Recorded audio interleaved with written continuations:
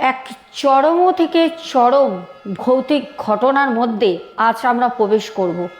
এই রকম ঘটনা এর আগে হয়তো অনেক শুনেছ, কিন্তু আজকে যে ঘটনা, যে অভিজ্ঞতা শেয়ার করব, সেটা পুরোটাই একটু ভিন্ন স্বাদের। সবাইকে বলবো একটা করে লাইক কমেন্ট অবশ্যই করবে। যারা এখনও পর্যন্ত ভালোবেসে চ্যানেলটাকে সাবস্ক্রাইব করনি, তাড়াতাড়ি করে পাশে থাকবে।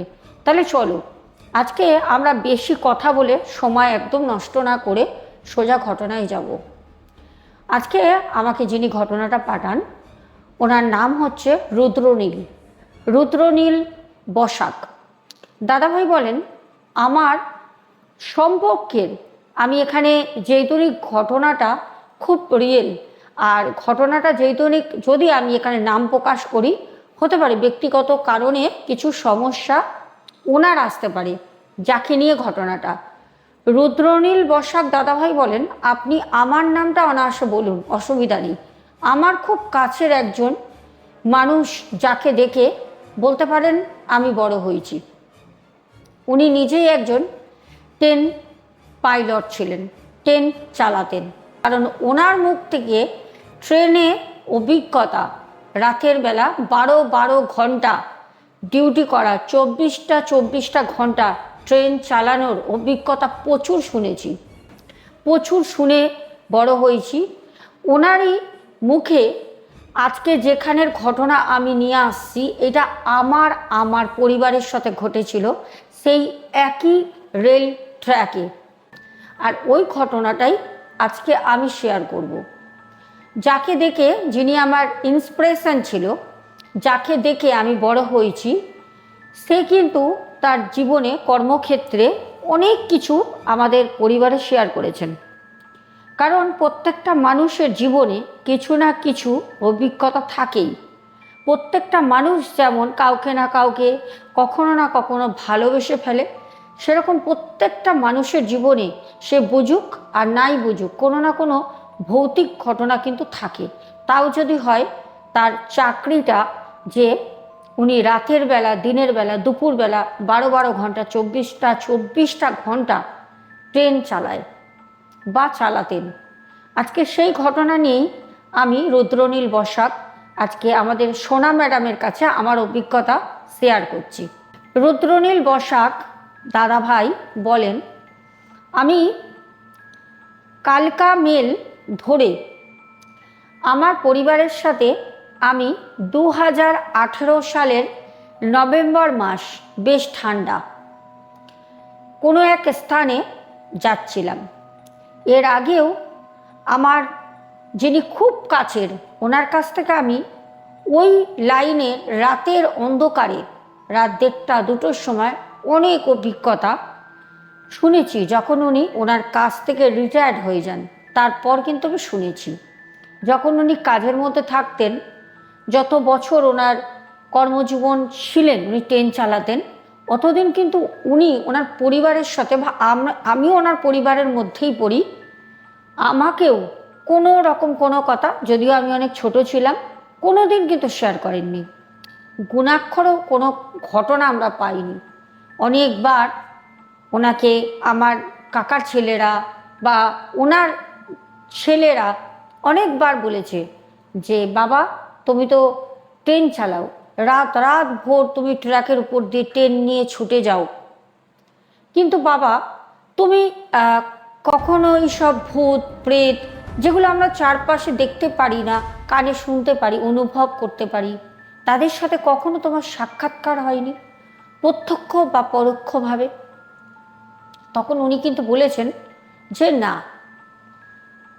রাস্তায় চলতে গেলে অনেক কিছুই আমরা অনুভব করতে পারি, কিন্তু সেগুলোকে সব কিছু ফেলে রেখে আমাদের সামনে ট্র্যাকের উপর থেকে চলে যেতে হয়। কারণ শুধু ওখানে আমার জীবনের মূল্য নেই, ওখানে মূল্য আছে ট্রেনে থাকা শত শত হাজার হাজার মানুষের। আমি যদি ভয় পাই, আমার চোখে যদি ক্লান্তি নেমে আসে, আমি যদি ঘুমিয়ে পড়ি, তাহলে শত শত মানুষ, হাজার হাজার মানুষ ট্রেনে করে এক স্থান থেকে আর এক স্থানে যাচ্ছে, কেউ কর্মক্ষেত্রে, কেউ ঘুরতে, কেউ তার পরিবারের কাছে। তারা কি করবে? আমি তাদেরকে সেফ রাখার জন্য আমার কর্মজীবনে আমাকে আমার গুরুত্ব দিয়ে যতটা আমার 100% বা 110% দিয়ে আমি আমার কাজটা নিষ্ঠাভাবে করতাম। যে কোনো অভিজ্ঞতা নেই বা কোনো অভিজ্ঞতা ঘটেনি সেটা কখনো না, কিন্তু উনি কখনোই কোনোভাবে কোনো কথা বলতেন না। শুধু বলতেন যে হ্যাঁ, অনেক সময় রাতের বেলা অনেক কিছু বুঝতে পারি, শুধু এইটুকুনি কথা বলতেন। তো রিটায়ার্ড হয়ে যাওয়ার পর আমাদের পরিবারে একবার ওই কালকা মেলে করে আমাদেরকেও কোনো এক স্থানে যেতে হচ্ছিল কিছু কাজের জন্য। তো সেখানে বিশেষ করে আমি ছিলাম, রুদ্রনীল দাদাভাই বলেন, আমি ছিলাম, আমার ওয়াইফ ছিলেন, আমার 2 সন্তান ছিল, একটি ছেলে একটি মেয়ে। আমরা ওই ট্রেনে করেই কিন্তু যাচ্ছিলাম 2018 নভেম্বর মাসে।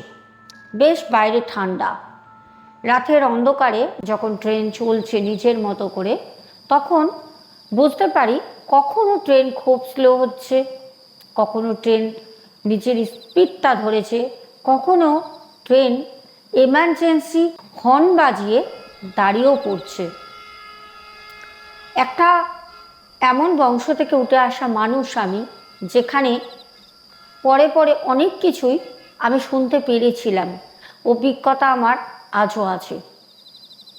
হয়তো কর্মক্ষেত্রে যখন উনি চাকরির মধ্যে ছিলেন কোনো কিছু হয়তো আমাদের শেয়ার করেননি কোনো কারণে, কিন্তু এ না যে আমি কোনো কিছু জানি না, অনেক কিছুই জানি। এরকম করতে করতে ট্রেনটা যখন যাচ্ছে তখন আমার মিসেস এবং ট্রেনে থাকা আরও যাত্রী সবার মধ্যে আলোচনা, সবার মধ্যে শুরু হলো কথাবার্তা, সবাই সবার পরিবারের সাথে বলা কওয়া করছে, কি ব্যাপার সিগন্যাল পাচ্ছে না, রাতের বেলা দুপাশে শুধু কালো গভীর ঘন জঙ্গল, কিচ্ছু নেই, একটা লোকবসতি, একটা বাড়ি জনবসতি কিচ্ছু নেই, কিচ্ছু নেই, শুধু ট্র্যাক আর দুপাশ থেকে শুধু জঙ্গল। তাহলে সিগন্যাল পাচ্ছে না এত রাতে? রাত যখনই ট্রেনে বসে বুঝতে পারছি ঘড়ির কাঁটায় যখন সময় ঠিক 1:30, তারপর থেকে শুরু হলো নানা রকমভাবে ট্রেন কখনো স্লো হচ্ছে, কখনো জোরে যাচ্ছে, কখনো দাঁড়িয়ে পড়ছে, নানা রকম কিছু অভিজ্ঞতা। সবার মনে একটা ভয়, এই বুঝি কোনো হামলা হবে না তো, এই বুঝি কোনো ডাকাত পড়বে না তো, কিছু হবে না তো, ট্রেনটা দাঁড়িয়ে পড়ছে কেন? সবাই বলছে চুপচাপ থাকো, সব চুপচাপ করে বসে থাকো, ঠাকুরের নাম নাও। এই করতে করতে আমরা এগোচ্ছি। হঠাৎ করে সেদিন শুধু আমি বলবো না, ট্রেনে সেই 2008 সালের নভেম্বর মাসের রাতে শুধু আমি যে দেখেছি আমার সাথে কোনো ভৌতিক অভিজ্ঞতা হয়েছে, সেটা যদি হতো তাহলে আমি নিজে খুব ধন্য বলে মনে করতাম। কারণ আমি হয়তো ভাবতাম যে সম্পূর্ণ এটা আমার মস্তিষ্কের ভুল ধারণা, ডিপ্রেশন, টায়ার্ডনেস হতে পারে, দুশ্চিন্তার মধ্যে। যেহেতু আমাদের বংশের মধ্যেই একজন ছিলেন যে উনি ট্রেন চালাতেন, ওনার অভিজ্ঞতা, হয়তো সেইগুলোই আমার ভুল ধারণায় আজ হয়তো প্রকাশিত হচ্ছে সত্যি হয়ে, কিন্তু না, না। কারণ ট্রেন যখন মাঝে 1:30 পর রাতের বেলা হঠাৎ করে ট্র্যাকের উপর দাঁড়িয়ে পড়ে, তখন সবাই হঠাৎ করে যে যার মতো ট্রেনের ওই দুপাল্লার ট্রেনের যে পাল্লা গেট থাকে যেটা, সেখান থেকে উকি দিয়ে ঝুঁকি দিয়ে দলে দলে লোক দেখতে থাকে ওখান থেকে। কিন্তু ওই যে সামনে ঢাকা কুয়াশা, দুপাশে জঙ্গল, কিছুই তো নেই। আর 200 মিটার, 300 মিটার, 400 মিটার দূরে একটা করে সিগন্যালের লাইট দেওয়া, এছাড়া তো কিছু নেই। ট্র্যাক পুরো অন্ধকার, ট্রেন চলছে, ট্রেনের সামনের যে 2টো লাইট, সেই লাইটই কিন্তু আলোকিত করে এগিয়ে ছুটে চলে যাচ্ছে ট্রেনটা। সবাই বলল কি ব্যাপার, এখানে ট্রেনটা দাঁড়ালো, কই কোনো সিগন্যালের লাল আলো তো দেখা যাচ্ছে না। চারপাশে লোক, ট্রেনের মধ্যে একটা হই হুল্লোড় করে উঠল। আমার অভিজ্ঞতা থেকে আমি সবাইকে বললাম যে আপনারা একটু শান্ত হয়ে নিজের জায়গায় বসুন। রাতের বেলা ট্রেনে বা রেল লাইনের পাশে অনেক কিছু ঘটতে পারে। আপনারা অযথা নিজেরা এরকমভাবে উকি মেরে বাইরে হুমড়ি দিয়ে দেখবেন না, একটা দুর্ঘটনা যদি ঘটে যায়, হট করে যদি ট্রেন চলে ওঠে, আপনারা এরকম একে অপরের ঘাড়ের মধ্যে দিয়ে উঠে কি দরকার আছে অন্ধকার ট্র্যাক বা বন জঙ্গল কুয়াশা ঘেরা দেখার? আপনারা যে যার জায়গায় বসুন।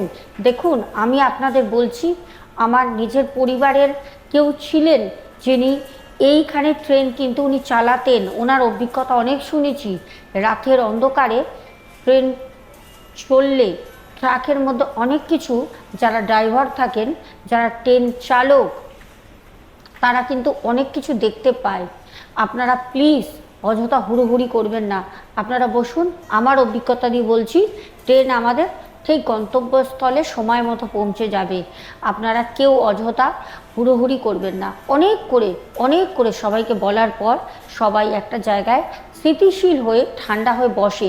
কিন্তু বসলেও তাদের মধ্যে একটা যে ঝড় উঠেছে, কেন ট্রেনটা দাঁড়ালো, কি ব্যাপার, কেন হচ্ছে এরকম, বাইরে তো কিছুই নেই, তাহলে কি ব্যাপার, কিছু কি ঘটতে পারে? সবাই তড়িঘড়ি করে সব ট্রেনের, মোটামুটি যেখানে আমরা ছিলাম ওইখানে ট্রেনের যে গেটগুলো ছিল, মানে দরজাগুলো ভিতর থেকে সব আমরা লক করি। যদিও রাতের বেলা লক থাকে, তবুও কোনো সময় ভেজানো থাকে, আমরা ভিতর থেকে লক করে দিই, যাতে বাইরের কোনো রকম ডাকাত বা কোনো কিছু হলে যতটা হয় নিজেদের সেফ। খুলতে হবে কি হবে না সেটা পরের কথা। সেই দিন জানলার দিকে তাকিয়ে যখন সবাই সবার মতো আলোচনা করছে, আমি চুপ করে বসে আছি। অন্ধকারে আলো আধারিতে কিছুই দেখা যাচ্ছে না। হঠাৎ করে একটা জিনিস লক্ষ্য করলাম, কারণ আমরা একদম ট্রেন যে ইঞ্জিন রয়েছে ঠিক তার দুটো যে বগির পরেই আমরা কিন্তু ছিলাম। দেখলাম হাতে টর্চ নিয়ে ট্র্যাকের ধার দিয়ে কেউ একজন আসছে। হঠাৎ করে আমি উঠে গিয়ে দরজাটা খুললাম। খুলে সবাই কৌতূহল, সবাই ছুটে এসছে, কি হয়েছে কি হয়েছে। আমি সবাইকে বললাম, উফ একটু আসতে, আমি জিজ্ঞেস করছি। সবাই তখন আমার সাথে ওখানে ছিল, কিন্তু আমি তখন আস্তে করে বললাম যে কে, লোকো পাইলট না পাইলট দাদা, কে? তখন বলল, আরে আর বলবেন না, হঠাৎ করে ট্র্যাকের মধ্যে কিছু একটা দেখতে পারলাম, তাই আমাকে পাইলট বললো একটুখানি দেখে আসো নেবে যে কেউ কাটা পড়েছে কি না, তাই আমি দেখছি। আপনারা অযথা হুড়োহুড়ি করবেন না, এই 5-7 মিনিটের মধ্যেই আবার ট্রেন তার গতি নেবে। তখন আমি ট্রেনে থাকা যাত্রীদের উদ্দেশ্য বললাম যে বুঝতেই পেরেছি কোনো একটা দুর্ঘটনা ঘটেছে, কিন্তু তখনও আমি জানি এটা কোনো দুর্ঘটনা না, এটা কোনো দুর্ঘটনা না। কারণ আমি জানি যে এইটা ওখানে হয়, কারণ আমারও বাড়ির কেউ একজন কিন্তু ওই সময় জীবিত ছিলেন। পরে কিন্তু ওনার মুখ থেকে ওই কালিকা মেল যে লাইন, অনেক কিছুই কিন্তু অভিজ্ঞতা শুনেছিলাম। যাই হোক, তখন উনি দেখে চলে যান। আমি চিৎকার করে বললাম যে দাদা কিছু দেখলেন নাকি? তখন বলল টর্চের আলো দিয়ে ইশারা করে না, কারণ উনি অনেকটা দূরে ছিলেন। আমি চিৎকার করে বলে উনি ট্রেনের সামনে উঠে গেলেন। ট্রেন আবার 2 থেকে 3 মিনিট পর তার গতি ধরল। ট্রেন চলছে, ট্রেনের মতো চলছে। আবার যাবার পর ঘন্টা 1.5 পর ট্রেন আসতে হয়। আবার এমার্জেন্সি হর্ন আবার শুরু হলো দেওয়া। বুঝতে পারলাম যে আবারও কোনো একটা বিপদের মুখে আমরা পড়তে চলেছি। তখন ট্রেন আমাদের যখন আস্তে আস্তে স্লো হচ্ছে, এমার্জেন্সি ব্রেকটা যখন ডাউন করছে, মানে ট্রেন একটা গতি নিয়ে দৌড়ায়, সেটা অত সহজে ব্রেক দিলাম আর ট্রেন দাঁড়িয়ে গেল, এটা কখনো হয় না। তাহলে লাইনচ্যুত হয়ে যাবে, লাইন থেকে বিচ্ছেদ হয়ে যাবে, শত শত হাজার হাজারো মানুষ 1 সেকেন্ডে মারা যাবে। আহত হবে, ট্রেন এরকম করতে পারে না। কিন্তু এমার্জেন্সি হর্ন যখন দিচ্ছে বুঝতে পারছি আস্তে আস্তে একটা ঝাঁকুনি বাড়তে বাড়তে বাড়তে কমতে কমতে ট্রেনটা স্লো হচ্ছে। আবারও এক ট্রেন দাঁড়ালো, বুঝতে পারছি না কি হচ্ছে, কিন্তু লোকের কৌতূহল কমছে না, মানুষ বুঝতে চাইছে না যেখানে অনেক কিছুই হতে পারে, বহু কিছু ঘটতে পারে। রাতের অন্ধকারে একটা ট্র্যাকের উপর থেকে ট্রেন যাচ্ছে, চারপাশে কুয়াশা আর কুয়াশা। তারপর আবারও আতঙ্ক, ভয়, ডিপ্রেশন, টায়ার্ডনেস, চোখে কারোর ঘুম নেই, সবাই হই হই করছে, সবার পরিবারকে নিয়ে একটা গুঞ্জন সৃষ্টি হয়েছে ট্রেনের বগির মধ্যে। বুঝতে পারছি শুধু আমাদের বলে না, প্রত্যেকটা কামরাতেই হয়তো একই জিনিসের সৃষ্টি হয়েছে। তারপর ঠিক 30 থেকে 45 মিনিটের মধ্যে একটা স্টেশনে এসে আমাদের একটু হল্ট দেয়। ওখানে টাইম ছিল 7 মিনিট ট্রেনটি দাঁড়াবে। তখন আমি আমার পরিবারকে বসিয়ে বললাম একটু আমি নামি। ছুটে গেলাম একদম সামনে ট্রেন চালকের কাছে। ট্রেন চালককে গিয়ে বললাম, আচ্ছা দাদা আপনি ঠিক আছেন? বলল, হ্যাঁ আমি ঠিক আছি। খুব ভালো। ওনাকে আমার খুব কাছের, যার পরিচয় আমি এখানে বারবার দিচ্ছি না, ওনার নাম বললাম, কিন্তু ওনার রেকর্ড যিনি ট্রেন চালাচ্ছিলেন সেই দিন উনি জানেন। উনি তখন বললেন, আরে স্যারের আপনি আত্মীয় হন? আমি বললাম হ্যাঁ। আসলে ট্রেনের মধ্যে এগুলো হয় রাতের বেলা, বুঝতে পারছি অনেকবার, কিন্তু আমি শুনেছি ওনার মুখে।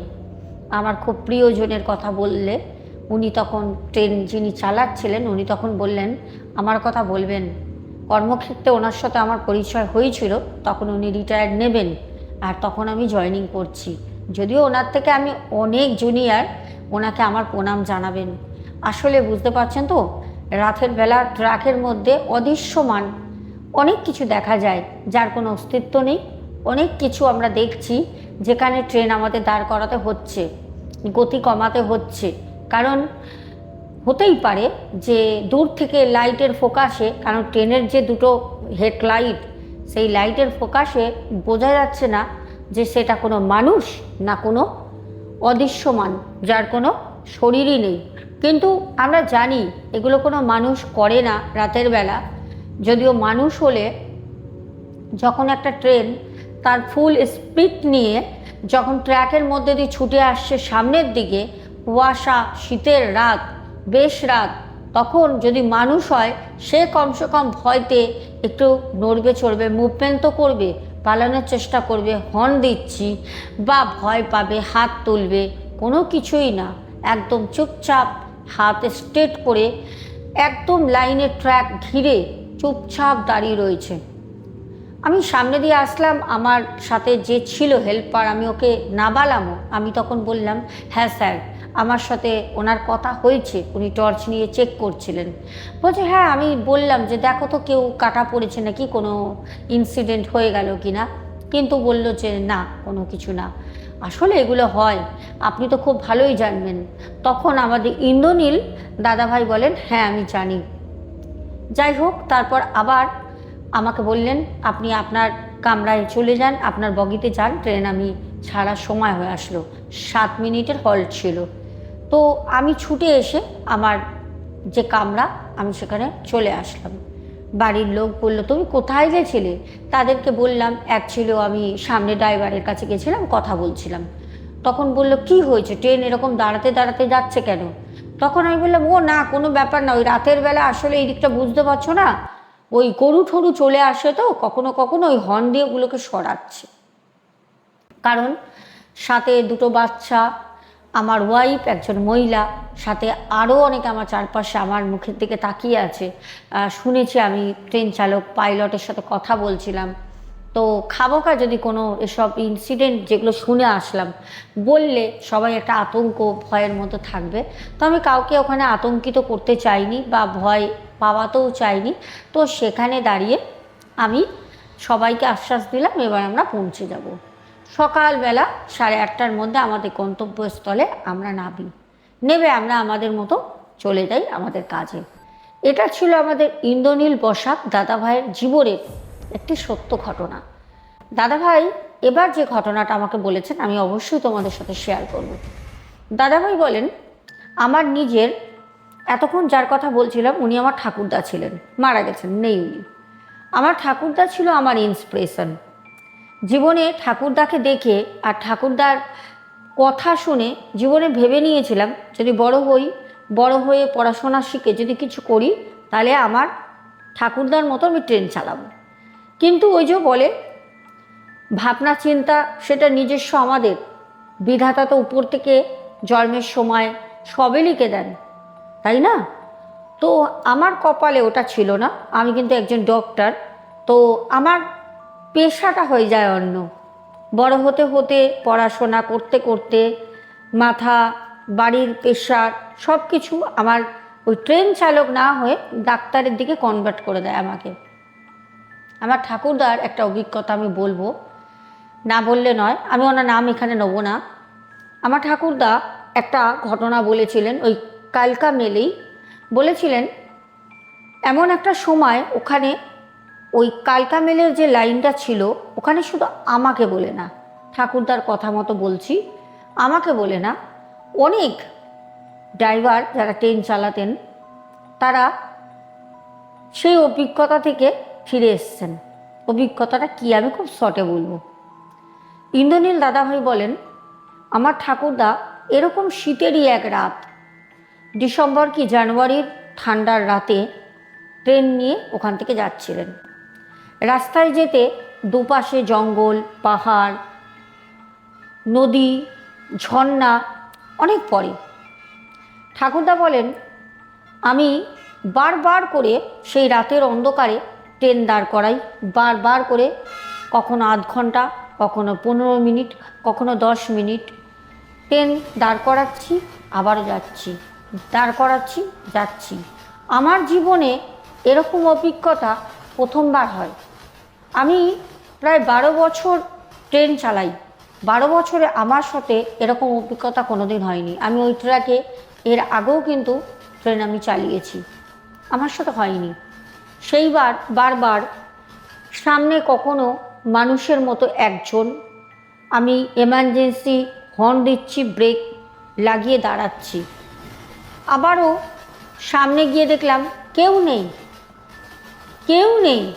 আবার ট্রেনকে নিয়ে যখন ছুটে চলছি, আবার হয়তো 1200-1300 কিলোমিটার রাস্তা, কিলোমিটার ট্র্যাক অতিক্রম করার পর আবারও দেখছি ট্র্যাকের মধ্যে একজন, দুজন না, 3 জন পর পর পর পর দাঁড়িয়ে আছে। মহা মুশকিলে পড়লাম। এত বছর ধরে ট্রেনের অভিজ্ঞতা এরকম তো আমার সাথে সচরাচর হয় না বা হয়নি। প্রচণ্ড ভয়ের মধ্যে একটা ভয় তো কাজ করে, কিন্তু তবুও আমাকে এতগুলো মানুষ, শত শত হাজারো হাজারো মানুষের প্রাণ রক্ষা করতে হবে, সেই ভেবে ছুটে চললাম। সত্যি কথা বলতে একটা সময় আমি দেখলাম ট্র্যাকের সামনে 7 থেকে 8 জন পুরুষ, ছেলে আর পুরুষ দাঁড়িয়ে রয়েছে পর পর, যেন ট্রেনটাকে তারা হাত দিয়ে দাঁড় করাচ্ছে। আমি যখন দাঁড় করালাম আমি বললাম কী হলো, কোনো বড় বিপদের আশঙ্কা, এবার মেরে দিয়েও তো চলে যেতে পারি না, এতগুলো প্রাণ। দাঁড় করালাম, দাঁড় করিয়ে আমার সাথে যিনি ছিলেন, ছেলেটি আমার হেল্পার, ওকে আমি বললাম, এই তুমি দেখো তো ওনারা কি বলছে। ওর নাম ছিল রাজু। রাজু বলল, স্যার রাতের বেলা স্যার মুখ তো কারো দেখা যাচ্ছে না, মানে এতটাই ঘুটঘুটে অন্ধকার, ট্রেন থেকে কম করে ওরা 400 মিটার দূরে দাঁড়িয়ে রয়েছে, ট্রেনটা ব্রেক করেছে, ইমার্জেন্সি দাঁড়িয়ে রয়েছে, আলোটা এতটাই পড়েছে মুখের উপর, মুখটা পুরো জ্বলে গেছে, কারোর তো মুখ দেখা যাচ্ছে না, শুধু একটা ফিগার দেখা যাচ্ছে, 6-7টা ফিগার দাঁড়িয়ে আছে। আমি বললাম, আরে তুমি গলার আওয়াজ দিয়ে বলো না, ট্র্যাক থেকে সরতে, নাহলে কী হয়েছে সামনে এসে বলতে, ডাকো। অনেক করে বলতে ওই ছেলেটা ছিল রাজু, মহাভীতু, জানি না কেন ও ওই কাজটা নিয়েছিল। যাই হোক, অনেক করে বলতে ধমকাতে ও মুখ বার করে বলে, তখন কেউ আর কাছে আসে না। লাস্টে আমি নামলাম, নেবে যখন 400 মিটার ডিস্টেন্স ট্রেন থেকে নেবে যখন অতিক্রম করে ট্র্যাক থেকে গেলাম, তখন দেখলাম ওখানে কেউ নেই। কেউ নেই। আমার সারা শরীর ওখানে, ওই শীতের জানুয়ারির মাস, কুয়াশার রাত, সারা শরীর থেকে ঘাম টপকে পড়ছে। কোনো রকম সোজা হেঁটে চলে আসলাম আমি ট্রেনে।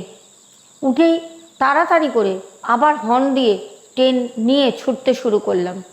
আমাকে আমার সাথে থাকা রাজু বলল, স্যার ও আপনি গেলেন স্যার? কই কেউ তো ছিল না স্যার, এটা কী হচ্ছে স্যার? আমার তো খুব ভয় করছে। আর ছেলেটি ছিল নতুন। আমি বললাম, ভয় পাওয়ার কিছু নেই, তোমার অভিজ্ঞতা হয়ে যাবে, ভয়ের কিছু নেই। তুমি যেটা ভাবছো আমিও সেটাই ভাবছি, আর সেটাই সত্যি। ওকে আমি বলে বুঝিয়ে নিয়ে আবার ছুটে যাচ্ছি। হঠাৎ করে দেখলাম আমার ঠিক ট্রেনের যেখানে আমি ইঞ্জিন নিয়ে যাচ্ছি, ইঞ্জিনটা চালাচ্ছি, আমার ঠিক সামনে উইন্ডোতে একটি ছেলে। ট্রেন কিন্তু চলছে, উইন্ডোর বাইরে ছেলেটি কিভাবে আছে এটা বোঝার বিষয়, কারণ কোনো মানুষ তো উড়ন্ত অবস্থায় ট্রেনের সাথে সাথে বাইরে দিয়ে উড়ে যেতে পারে না। তো আমি দেখলাম ছেলেটি পরনে একটা সাদা রঙের শার্ট পরা, হাঁপি দেখা যাচ্ছে, নিচের লোয়ার পোর্শনটা হয়তো নেই, তার হয়তো অ্যাক্সিডেন্টে সে মারা গেছে, কাটা পড়েছে হয়তো তার একদম কোমরের কাছ থেকে, শুধু তার দুটো হাত, আর ঠিক তার যতটা একটা পুরুষ মানুষ শার্ট পরলে যতটা ঝোলে ঠিক শার্ট পর্যন্ত আমি দেখতে পাচ্ছি। আমাকে ইশারা করে, আমি যখন পরিষ্কার তাকাতে পারছি না, কারণ আমি যদি ওই দিকে তাকাই তাহলে আমার সামনে ট্রেন অ্যাক্সিডেন্ট হয়ে যাবে। ট্রেন বেশ গতিবেগ, ঘন্টায় প্রচুর বেগে চলছে। আমি বলে বোঝাতে পারবো না সেই দিন আমি কতটা ভয় পেয়েছি। ওই শীতের রাতেও আমার কপাল থেকে বড় বড় ঘামের ফোঁটা পড়ছে আমার হাতে।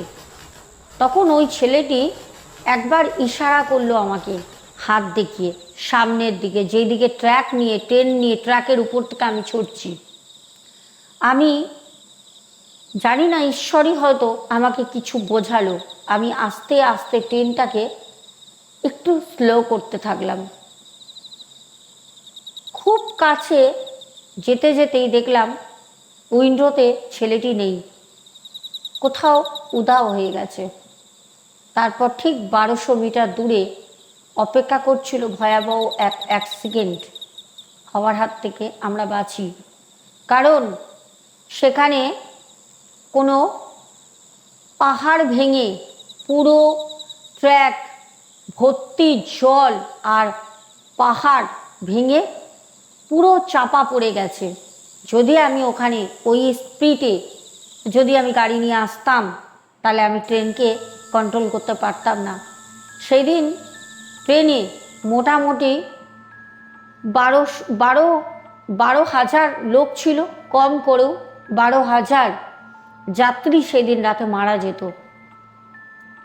কালকা মেল 24টা বগির ট্রেন ছিল, আর সেই ট্রেনে প্রচুর যাত্রী ছিল। সেদিন ওই আত্মাতির জন্যই আমাদের ট্রেন আর এতগুলো যাত্রী কিন্তু জীবন বাঁচে। আত্মা শুধু খারাপই হয় না, আত্মা কিন্তু ভালোও হয়। এটা আমার নিজের ঠাকুরদার অভিজ্ঞতা। দাদাভাই বলেন আমার ঠাকুরদা রিটায়ার হওয়ার পর এই অভিজ্ঞতা কিন্তু শেয়ার করেছিলেন। দর্শক বন্ধুরা, আমরা সবসময় একটা জিনিস জানি যে ভালোর সাথে খারাপ থাকে, সুখের সাথে দুঃখ থাকে। তো ভগবান থাকলে ভূতও আছে, ভূত থাকলে ভগবানও থাকে। তো যে ওই ছেলেটি ইশারা করলো সামনে, পাইলট মানে দাদাভাইয়ের যিনি ঠাকুরদা ছিলেন, ওনার অভিজ্ঞতায় উনি বুঝেছিলেন, ওনার তখন বয়সটা অনেকই ছিল, তখন প্রায় 50-এর দোরগোড়ায় ওনার বয়স।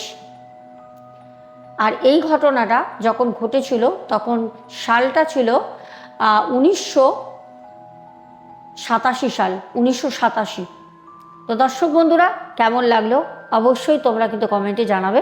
চলো এবার তোমাদের আমি নামগুলো ক্লিয়ার করে দিই। কে তোমরা কমেন্ট করেছো একটু তাড়াতাড়ি করে দেখে নিই। আর শোনা কথায় কিন্তু আমাদের পরশুদিন ঘটনা আসবে। কালকে আমি বিশেষ একটু কাজে, এই পূর্ণিমার কাজের জন্য লাস্ট আমি কালকে একটু বেরোবো কলকাতায়। কালকে দেওয়া হবে না, পরশুদিন পাবে ঘটনা।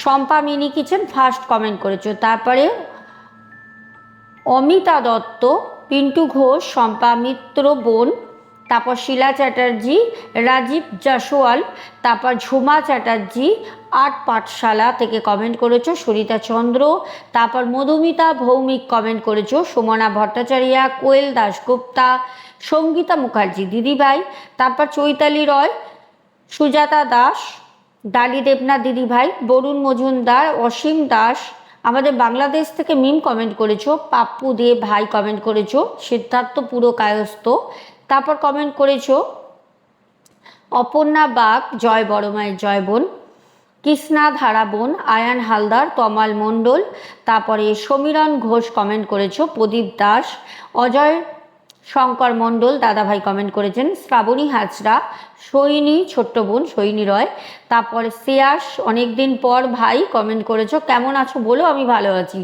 তারপরে রাজশ্রী পাল, জয় বড় মায়ের জয়, জয় বড় মায়ের জয় বোন, তারপর ঝুমা চ্যাটার্জি। সকলকে অনেক অনেক ভালোবাসা রইল। এখনের মতো আসবো, সবার পরিবারের উপর অনেক অনেক বড় মায়ের কৃপা থাক। এখনের মতো আসছি, সবাই খুব ভালো থেকো, শুভরাত্রি।